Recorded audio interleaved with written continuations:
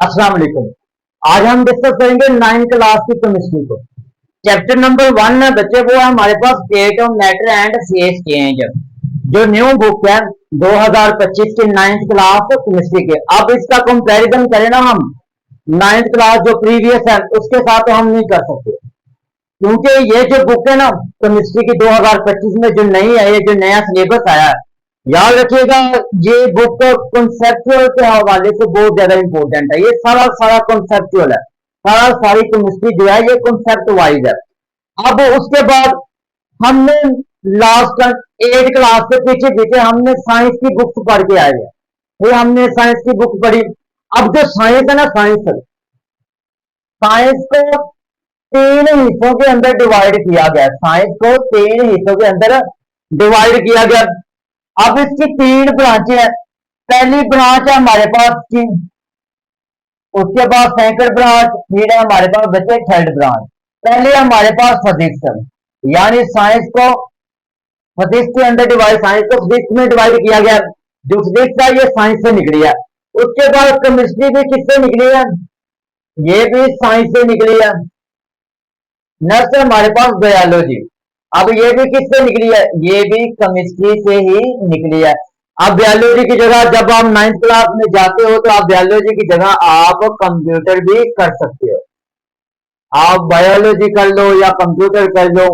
तो लेकिन जो ये 3 सब्जेक्ट है ना, हमने 8 क्लास से पीछे पीछे पढ़ा है। साइंस साइंस में 3 सब्जेक्ट को डिवाइड किया, 3 सब्जेक्ट में इसने क्या किया, डिवाइड किया।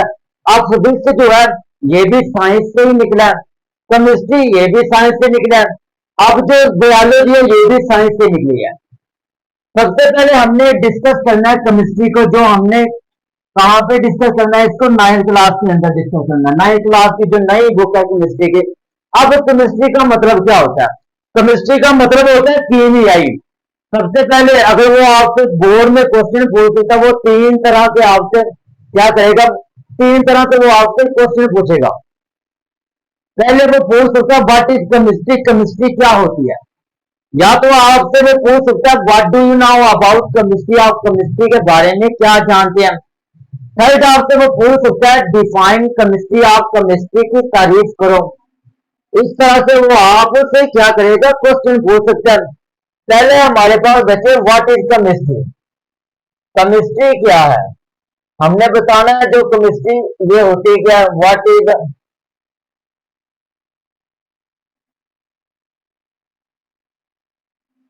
Is chemistry. केमिस्ट्री क्या है, केमिस्ट्री का मतलब होता है कीमियाई। केमिस्ट्री का बच्चे याद रखिएगा, इसका मतलब होता है कीमियाई। इसका मतलब होता है कीमियाई। सबसे पहले हमने इसकी डेफिनेशन करनी है। अब डेफिनेशन इसकी क्या है, द ब्रांच ऑफ साइंस, ये शाख है साइंस की, यानी साइंस से ये सब्जेक्ट निकला है। द ब्रांच ऑफ साइंस, सबसे पहले बच्चे इसकी है definition.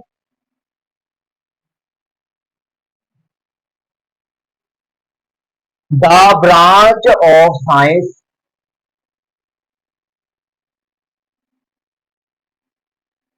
The branch of science. अब जो केमिस्ट्री है ये ब्रांच है साइंस की, यानी ये साइंस की शाख है। The branch of science which deals, जो कि मुताला करती है, विच डील्स, डील्स का मतलब होता है मुताला करना। ये ब्रांच है साइंस की, साइंस की शाख है जो कि मुताला करती है। किसका मुताला करती है, विद द स्टडी ऑफ, के साथ, विद द स्टडी ऑफ, ये साइंस की शाख है जो कि मुताला करती है। किस चीज का मुताला करती है, प्रॉपर्टीज। प्रॉपर्टीज का मतलब होता है खसूसियात, प्रॉपर्टीज का मुताला करती है। नेक्स्ट हमारे पास ये मुताला करती है कॉम्पोजिशन का।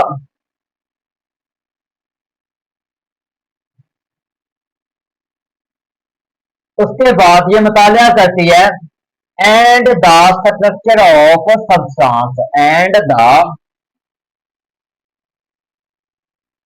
and the structure of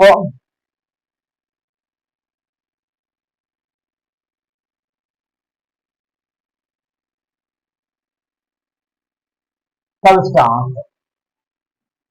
अब इन चीजों का जो साइंस है, जो केमिस्ट्री है, वो मुताला करती है स्ट्रक्चर ऑफ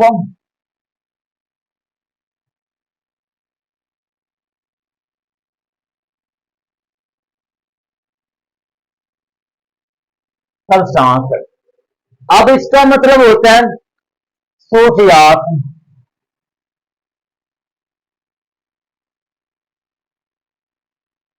और कॉम्पोजिशन का मतलब होता है तरकीब। तरतीब। उसके बाद स्ट्रक्चर का मतलब होता है साख्त। सबस्टांस का मतलब होता है शय। अब जो साइंस है, ये समझिएगा डेफिनेशन केमिस्ट्री की। केमिस्ट्री जो है, ये साइंस की क्या है, शाख है, ब्रांच है, जो कि मुताला करती है प्रॉपर्टी खसूसियात का। कंपोजिशन, उन खसूसियात को किस तरह तरतीब के साथ लिखा जाता है, एंड स्ट्रक्चर, उसकी साख्त किस तरह की होती है, ऑफ सबस्टांस। अब यहाँ पे 70% केमिस्ट्री की डेफिनेशन क्लियर हो गया। अब यहाँ पे केमिस्ट्री की डेफिनेशन खत्म नहीं हुई, इसको केमिस्ट्री ने आगे मजीद और बयान किया, मजीद और वर्ड के अंदर केमिस्ट्री ने इस डेफिनेशन को बयान किया। अब आगे देखो, it deals, it also deals. अब नेक्स्ट वो केमिस्ट्री क्या कर रही है, इन चीजों को बयान कर रही है। It also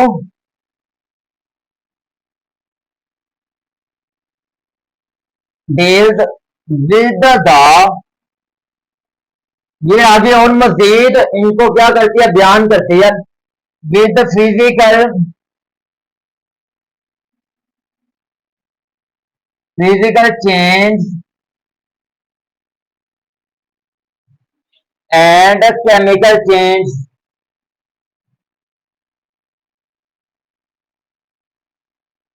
and chemical change of matters,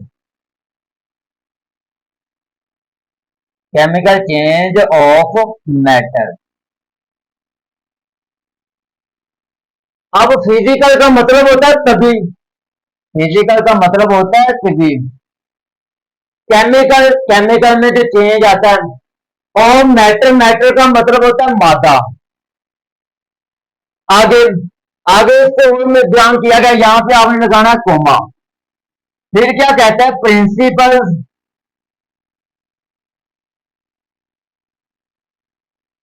principles of laws, principle और लॉज, एंड गवर्न्स, गवर्न्स का मतलब होता है इन चीजों को उसके अंदर, गवर्न्स का मतलब होता है under of change.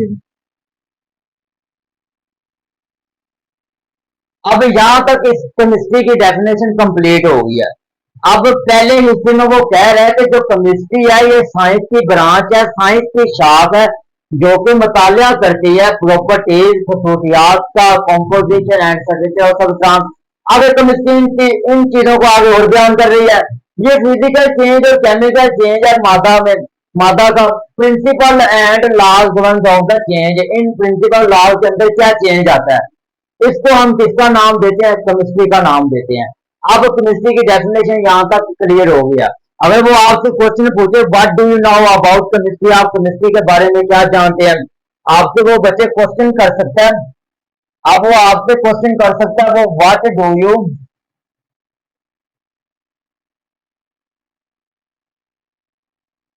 What do you know about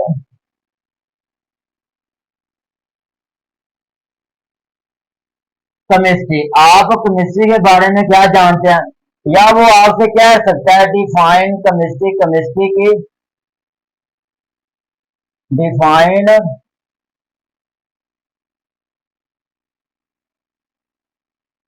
chemistry, chemistry की डेफिनेशन लिखो।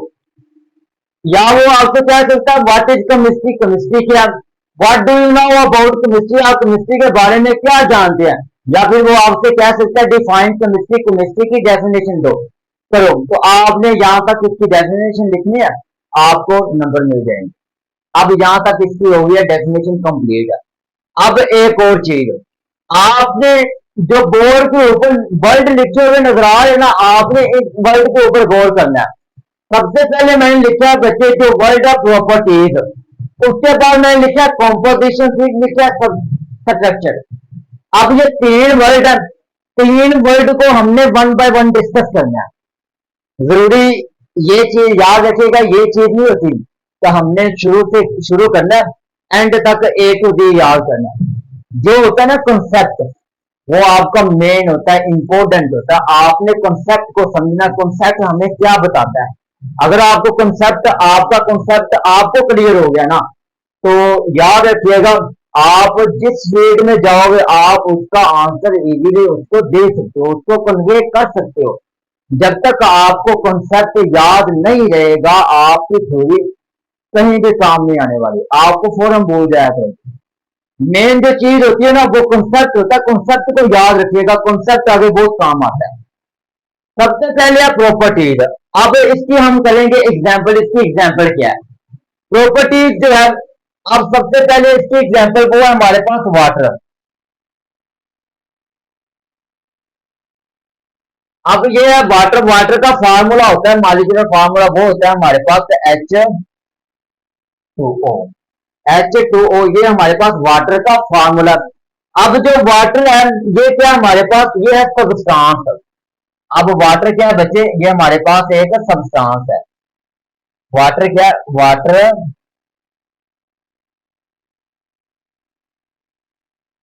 ये वाटर जो है सब्सटेंस है।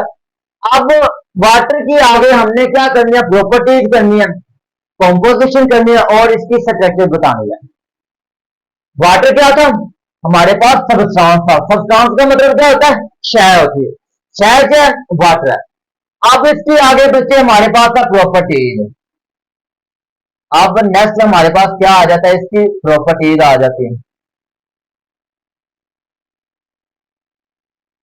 प्रॉपर्टीज क्या है, अब प्रॉपर्टीज में वो बताता है कि जो वाटर होता है आपका, वो एक माया होता है, एक लिक्विड की तरह होता है। यहाँ पे जो बच्चे वाटर है वो हमारे पास क्या होता है, एक लिक्विड होता है।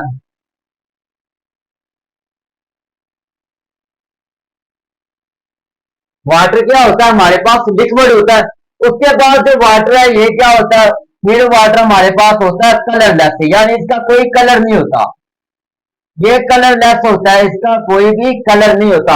आपने गिलास के अंदर पानी डाल दिया, एक गिलास लेना आपने, ठीक है, एक्सपेरिमेंट करना आपने। ये गिलास है, इसके अंदर मैंने पानी डाल दिया, आप इस इधर से उधर आप क्या कर सकते हो, कोई भी चीज आपने गिलास के सामने रखी है ना, तो आप इधर से उधर आप क्या कर सकते हो, उस चीज को देख सकते हो, उसको, वो कलरलेस होता है, यानी इसका कोई कलर नहीं होता। वाटर जो है वो एक माया होता है, लिक्विड होता है, उसका कोई कलरलेस नहीं होता। और वो क्या होता है, ऑर्डरलेस होता है। वाटर क्या होता है, ऑर्डरलेस होता है। ऑर्डरलेस का मतलब होता है वाटर से कोई बू नहीं आती, कोई खुशबू नहीं आती, कोई बूदार नहीं होता पानी। वाटर तीन चीज, तीन प्रॉपर्टीज है। वाटर जो है ये लिक्विड होता है, कलरलेस होता है। आप इधर से उधर कोई भी चीज जो आपने सामने रखी होगी, आप पानी से इधर से उधर आप देख सकते हो। नेक्स्ट वाटर जो है, अब ये वाटर की प्रॉपर्टीज है, प्रॉपर्टीज है लिक्विड, कलरलेस, ऑर्डरलेस। ऑर्डरलेस यानी उसकी कोई बू नहीं होती, कोई बदबू नहीं होती उसकी, कोई उसकी खुशबू नहीं होती, वो ऑर्डरलेस होता है। नेक्स्ट हमारे पास आ जाता है इसका कॉम्पोजिशन, यानी इसको तरतीब किस तरह दी गई है।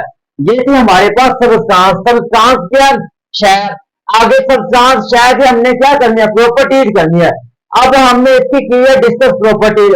अब प्रॉपर्टीज लिक्विड, कलरलेस, ऑर्डरलेस, उसके बाद हमने इसको डिस्कस करना है कॉम्पोजिशन, इसको तरतीब किस तरह से दिया गया है। नेक्स्ट है बच्चे हमारे पास की कॉम्पोजिशन है।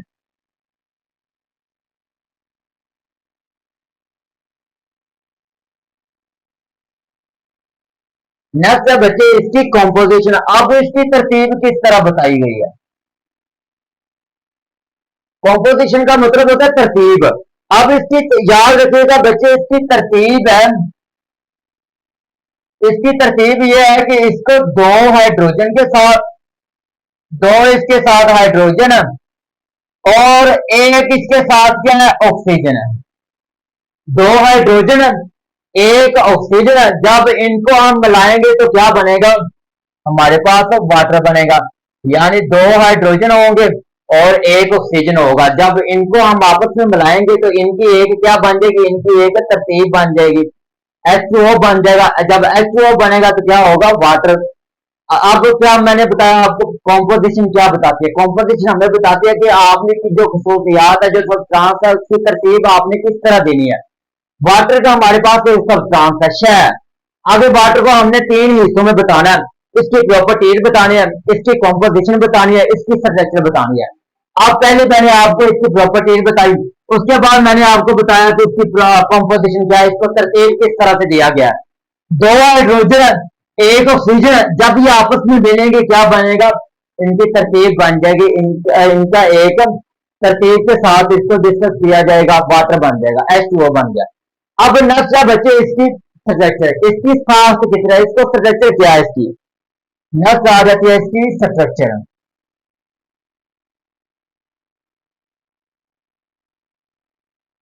अब ये है इसकी स्ट्रक्चर, इसकी स्ट्रक्चर किस तरह की होगी, दो हाइड्रोजन थे, एक ऑक्सीजन था। अब ये है इसकी स्ट्रक्चर, एक ऑक्सीजन होगा, साथ कितने हाइड्रोजन लगेंगे, दो हाइड्रोजन साथ लगेंगे और ये दो हाइड्रोजन साथ लग गए। अब ये इसकी क्या है, तरतीब है और इसकी स्ट्रक्चर है। स्ट्रक्चर का मतलब होता है फास्ट। अब तो एक ऑक्सीजन बड़े वाला ऑक्सीजन होगा, दो इसके साथ छोटे छोटे क्या होंगे, एटम होंगे, यानी दो हाइड्रोजन होंगे, सॉरी दो इसके साथ हाइड्रोजन हाइड्रोजन होंगे अटैच, तो ये वाटर बन जाएगा। अब आप इसकी तरतीब को इस तरह नहीं लिख सकते हो, यानी ये आपका ऑक्सीजन, आपने एक हाइड्रोजन इधर लगा दिया, एक हाइड्रोजन इधर लगा दिया। अब ये आपका गलत है, ये आप वाटर नहीं बना रहे हो, ये कुछ और बना रहे हो। जिस तरह एक ह्यूमन की बॉडी है, एक इंसान का जिस्म है, पहले सर आता है, फिर बाजू आते हैं, फिर टांगे।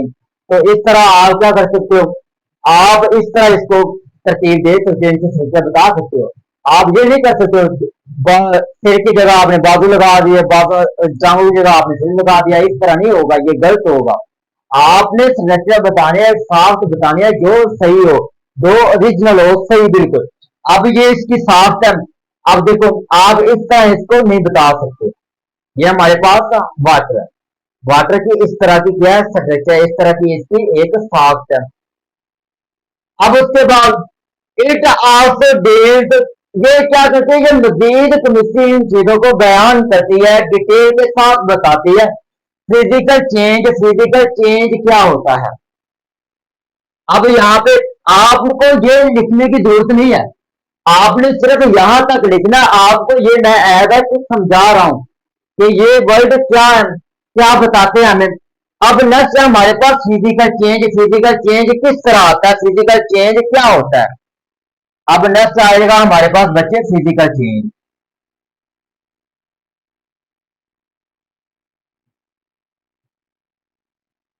फिजिकल,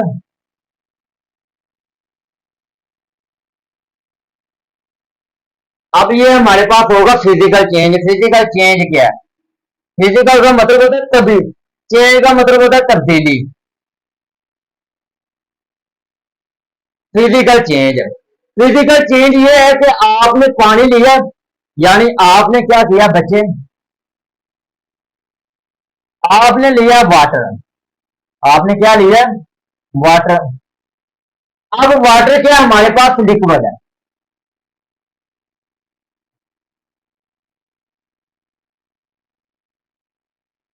वाटर क्या हमारे पास एज लिक्विड है। और अब इस वाटर को हमने क्या करना है, इस वाटर को हमने करना है फ्रीज। फ्रीज का मतलब होता है ठंडा। अब इस वाटर को हमने क्या करना है, फ्रीज करना है। इस वाटर को क्या करना है, फ्रीज करना है। फ्रीज करने से पहले आपने इसका टेम्परेचर क्या कर लेना है, कम कर लेना है, इसका टेम्परेचर आपने करना है कम।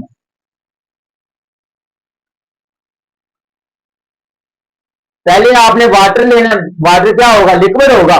और इस लिक्विड वाटर को आपने क्या करना, फ्रीज करना, फ्रीज के साथ आपने इसका टेम्परेचर कम कर देना, ये चेंज हो जाएगा सॉलिड में। यानी ये वाटर आपका किसमें चेंज हो जाएगा, सॉलिड में।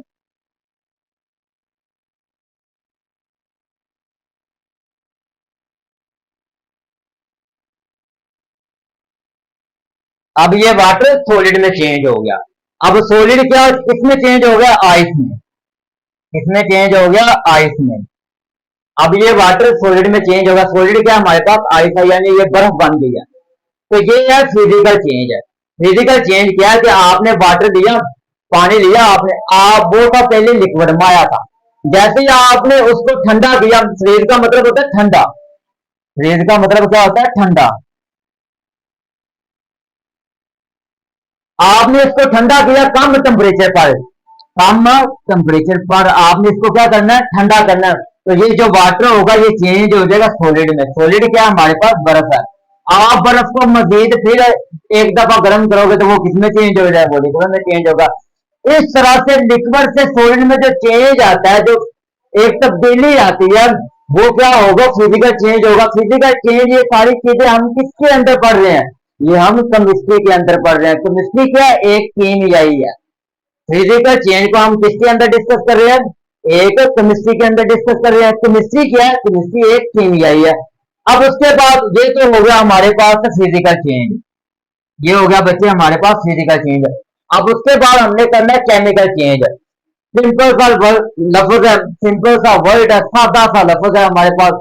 केमिकल चेंज क्या है, केमिकल याद रखिएगा, जहां पर भी केमिकल का वर्ड आ जाए, जहां पर भी, उसका मतलब होता है रिएक्शन। रिएक्शन में क्या चेंज आता है, रिएक्शन में क्या तब्दीली आती है। तो ये होगा हमारे पास केमिकल चेंज।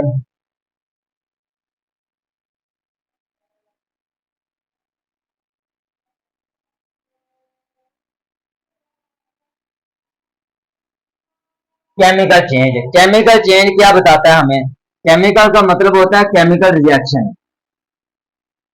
अब केमिकल रिएक्शन क्या है, देखो, केमिकल रिएक्शन है मेरे पास वाटर। अब ये मैंने लिया वाटर, इसके अंदर मैंने डाल दिया सोडियम। अब इसके अंदर मैंने क्या डाल दिया, सोडियम डाल दिया। अब इसकी इक्वेशन को करना है मैंने बैलेंस, तो मैं क्या करूंगा, यहाँ पे टू लगा दूंगा। अब यहाँ पे लग गया टू। अब उसके बाद ये बन जाएगा मेरे पास two N A O H, next ये बन जाएगा हाइड्रोजन गैस। ये दो चीजें बनी है मेरे पास, ये दो चीजें बनी है, two N A O H बना, उसके बाद हाइड्रोजन गैस बन गई।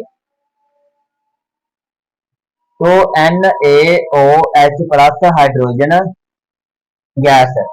अब आपके जितने रिएक्टेंट, यानी जितने आपने रिएक्टेंट लिए हैं, रिएक्टेंट के एवज जो प्रोडक्ट बना, अब प्रोडक्ट के मिलने, रिएक्टेंट के मिलने से जो प्रोडक्ट बना, अब प्रोडक्ट में जो चेंज आया ना, प्रोडक्ट में जो चेंज आया उसको हम किसका नाम देते हैं, केमिकल चेंज का नाम देते हैं।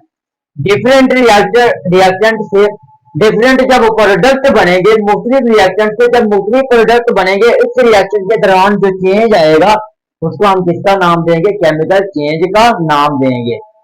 अब उसके बाद हमारे पास आ जाता है प्रिंसिपल। प्रिंसिपल क्या है, फिजिकल चेंज हो गया, केमिकल चेंज हो गया, प्रिंसिपल। नेक्स्ट आ जाता है हमारे पास प्रिंसिपल। ये वो मेन वर्ड है, मेन कॉन्सेप्ट है, मेन पॉइंट है, जो उनको मैं डिटेल के साथ आपको बता रहा हूँ। तो इन वर्ड को आपने लिखना नहीं है, लिखना आपने सिर्फ यहां तक है, ये आपको समझाने के लिए मैं लिख रहा हूं। अब उसके बाद आ जाता है प्रिंसिपल। प्रिंसिपल क्या है, यहाँ पे आ जाएगा हमारे पास बच्चे प्रिंसिपल।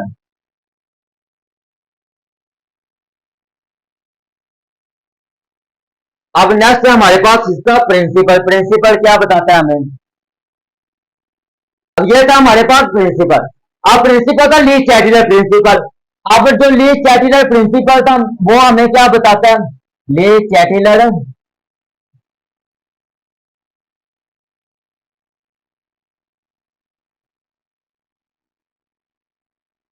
अब ये लीस्ट चैटिलर प्रिंसिपल था जो हमें बताता है कि आपके पास जितने रिएक्टेंट होंगे, अब हमारे पास जितने रिएक्टेंट होंगे,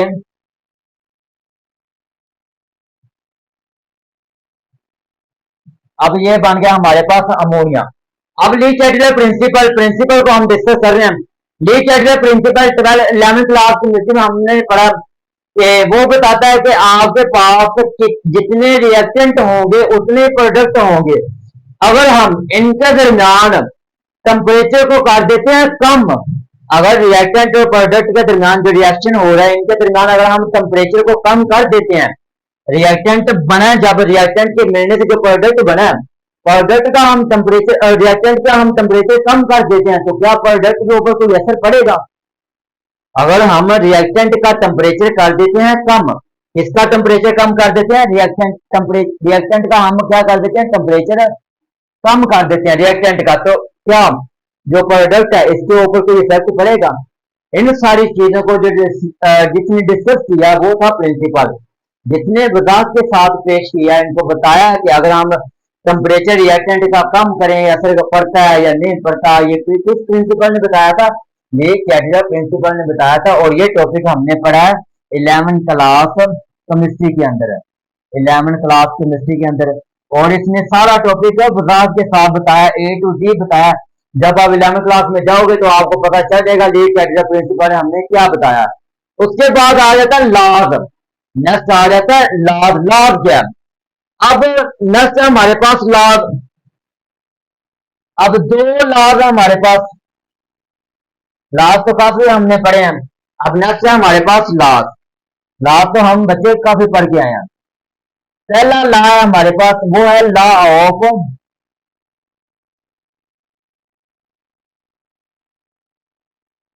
conservation of math. Law of conservation of math. दूसरा लॉ है वो है लॉ ऑफ स्पेसिफिक प्रोपोर्शन।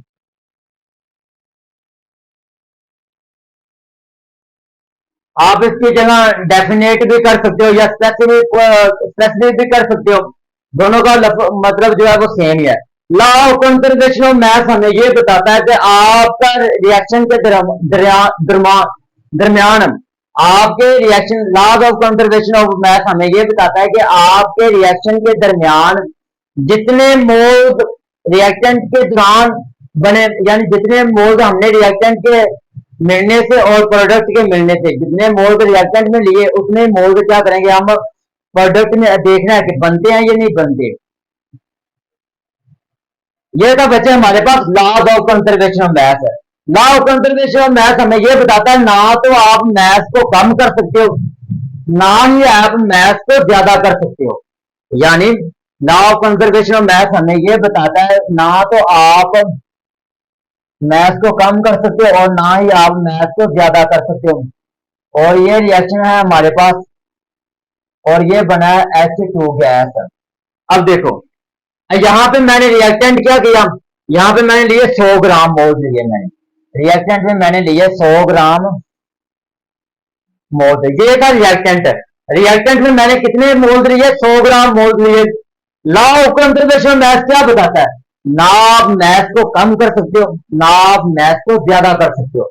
ये क्या बताता है? लॉ ऑफ कंजर्वेशन मैथ हमें बताता है।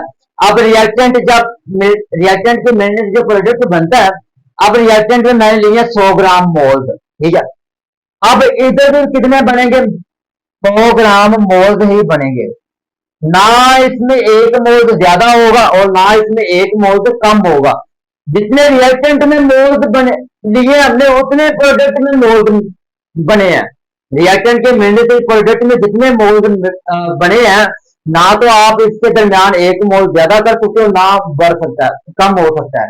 ये क्या बताता है? हम कौन बताता है? हमें लॉ ऑफ कंजर्वेशन मैथ बताता है कि आपके रिएक्टेंट के दरमियान रिएक्टेंट के दौरान जितने मोल्स आपने लिए उतने ही आपके प्रोडक्ट में मिलेंगे, उतने ही प्रोडक्ट बनेंगे। तो ना आप क्या कर सकते हो? मैथ को कम कर सकते हो ना आप मैथ को ज्यादा कर सकते हो। इसी तरह हमें जो है law of definite proportion, law of definite या स्पेसिफिक प्रोपोर्शन, ये भी हमें यही बताता है कि जो आपने 2n, इसके बाद क्या बनेगा? 2NaOH प्लस क्या बनेगा? H2 बनेगा। कहते हैं जितने आपके एटम इधर रिएक्टेंट के मिलने से जितने एटम उतने ही आपके क्या बनेंगे, प्रोडक्ट के एटम बनेंगे। अब इनके दरमियान जो एटम है, अब फर्क करो, इधर मेरे पास एटम थे 11 या 12, फर्क करो आप, इधर मेरे पास थे एटम 12 और इधर ही आपके एटम 12 ही बनने चाहिए, कम नहीं होने चाहिए। तो ये हमें क्या बताता है, ये कौन सा लॉ बताता है, ये डेफिनेट प्रोपोर्शन बताता है लॉ, या स्पेसिफिक प्रोपोर्शन लॉ हमें बताता है कि जितने आपके रिएक्टेंट में एटम है उतने ही आपके प्रोडक्ट में एटम मिलने चाहिए। तो फिर क्या कौन सा लॉ सही होगा, वो डेफिनेट प्रोपोर्शन लॉ सही होगा। अब फर्ज करो इधर आपके एटम 4 मिल रहे हैं, तो इधर भी कितने मिलने चाहिए, 4 मिलने चाहिए।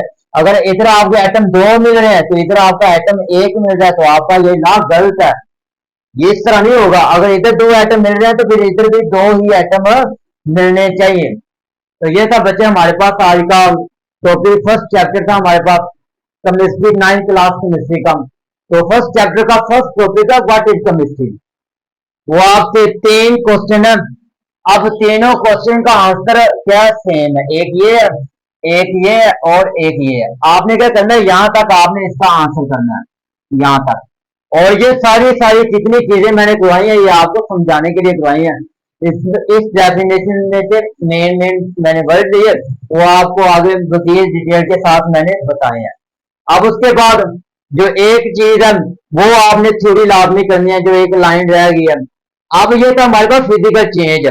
फिजिकल चेंज क्या, इसके आपने इसके नीचे आपने लिखना फिजिकल चेंज, इसके नीचे आपने लिख लेना ये during the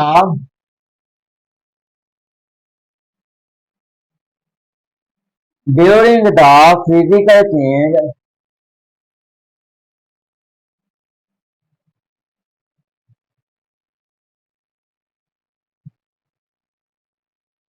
physical change the evaporation,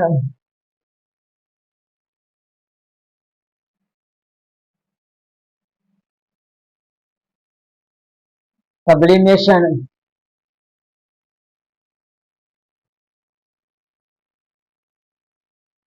and condensation। Sublimation, condensation, but या देन क्या होगा फिर, हीट इज रिलीज, और क्या होगी, या फिर अब्जॉर्ब्ड होगी, अब्जॉर्ब्ड। ये लाइन है, ये आपने लिखनी है इसके नीचे। अब वो क्या कहता है कि जो फिजिकल चेंज के फिजिकल चेंज यानी किसी तब्दीली के दौरान क्या होगा, अब एपोरेशन होगा, यानी आपका लिक्विड माया से जो चीज तब्दील होगी आप गैस में, गैस जो होगी वो मजीद आप उसको छोड़कर वो एपोरेशन की शक्ल में हवा में तब्दील हो जाएगी। सब्लिमेशन क्या होगा, सॉलिड से डायरेक्ट आप क्या कर दो, लिक्विड में चेंज कर दो। उसके बाद कंडेंसेशन क्या होगा, आप सारे एवेपोरेशन को इकट्ठा करो और किसमें चेंज कर दो, सॉलिड में चेंज कर दो। तो ये सारी उसमें उसके दौरान या तो आपकी हीट क्या होगी, रिलीज होगी, और या तो आपकी हीट क्या होगी, अब्जॉर्ब होगी। ये था फिजिकल चेंज की हेडिंग। तो आपने इसके नीचे फिजिकल चेंज थोड़ा सा है वो बताना है। तो ये चीजों करने के दौरान या तो आपकी हीट रिलीज हो रही होती है या आपकी हीट अब्जॉर्ब हो रही होती है। तो ये था बच्चे हमारे पास आज का टॉपिक, फर्स्ट टॉपिक है व्हाट इज केमिस्ट्री, केमिस्ट्री क्या, और पहला चैप्टर है। अल्लाह।